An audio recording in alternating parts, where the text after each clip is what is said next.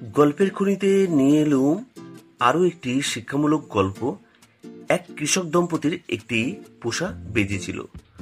সে তাদের সব কথা শুনত ও বুঝতে পারত। ওই কৃষক ও তার স্ত্রী খুবই জরুরি কাজের জন্য তাদের বাইরে যেতে হবে। তাই তাদের একমাত্র ছোট্ট সুন্দর সন্তানকে ওই বেজির কাছে রেখে বাইরে গেল এবং বেজিটিকে বলে গেল সে যেন খুব যত্ন সহকারে তাকে দেখাশোনা করে।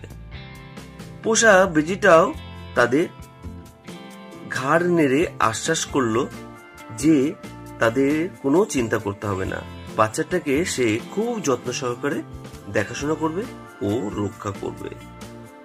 বাট যখন তারা বাইরে চলে গেল, ঠিক সেই মুহূর্তেই একটি ডেঞ্জারাস বিষধর সাপ লুকিয়ে লুকিয়ে ঘরে ঢুকে পড়ে আর শিশুটির দিকে এগিয়ে যায়, তাকে কামড়াবার জন্য উদ্যত হয়। বাট বেজি হচ্ছে সাপের মহাশত্রু, তাই চতুর বেজি সেটি টের পেয়ে আগের থেকেই গিয়েছিল। এক মুহূর্ত দেরি না করে সে ওই ফণাধরা সাপের উপর মুহূর্তের মধ্যে ঝাঁপিয়ে পড়ে। ওই বিশাল সাপের সঙ্গে বেজিটি সে কি মারাত্মক যুদ্ধ! সাপ বেজি দুজনকে মারবার চেষ্টা করছে। সাপ বেজিকে ফণা তুলে কামড়াবার চেষ্টা করছে, আর বেজি তার নখ মুখ দিয়ে তাকে হাসড়িয়ে ক্ষতবিক্ষত করে তুলছে। কিন্তু বেজির ক্ষিপ্রতার সঙ্গে তো সাপ কখনোই পেরে ওঠে না। বেজি তার নখ মুখ দিয়ে ওই বিষাক্ত সাপকে টুকরো টুকরো করে মেরে ফেলে, যার ফলে তার নখে মুখে রক্তে রক্তাক্ত হয়ে যায়। এদিকে কৃষক দম্পতি সমস্ত কাজ সেরে বিকালবেলায় বাড়ি ফিরলেই বেজিটি আনন্দে চোটে ছুটে তাদের দিকে এগিয়ে আসে।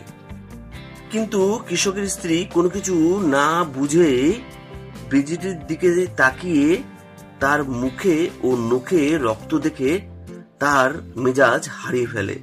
সে মনে করে তার ছোট্ট সন্তানকে ওই বেজিটি মেরে ফেলেছে, তাই রেগে সে কেঁদে ফেলে। সে বলে, তুই আমার একমাত্র সন্তানকে মেরে ফেললি।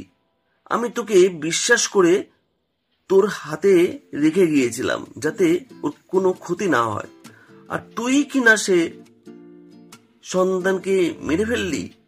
আমি তো তোকে সন্তানের মতোই দেখতাম। আর বলে কৃষকের স্ত্রী রাগ নিয়ন্ত্রণ করতে পারে না। কৃষকের স্ত্রী তখন পাশে পড়ে থাকা একটা মোটা লাঠি দিয়ে বেজিটির মাথার উপর প্রচন্ড জোরে আঘাত করে। বেজিটি মাথায় সেই আঘাত লাগার ফলে বেজিটি ছটফট করতে করতে মারা যায়।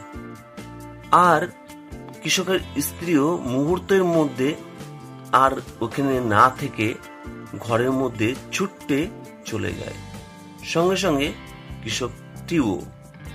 কিন্তু একই তারা ঘরে ঢুকে একই দেখছে। তারা যা দেখলো তাতে তো তারা হতবাক। তার সুন্দর শিশুটি হাত পা নেড়ে খেলা করছে আর হাসছে, আর পাশেই পড়ে আছে টুকরো টুকরো হয়ে পড়ে থাকা একটি বিষধর গোখরো সাপ। তখন তাদের আর বুঝতে বাকি রইল না যে সমস্ত ঘটনাটা কি ঘটেছে। তখন তাদের মনে অনুশোচনা আসলো। তারা দৌড়ে ছুটে গেল জল নিয়ে, যদি বেজিটাকে বাঁচানো যায়।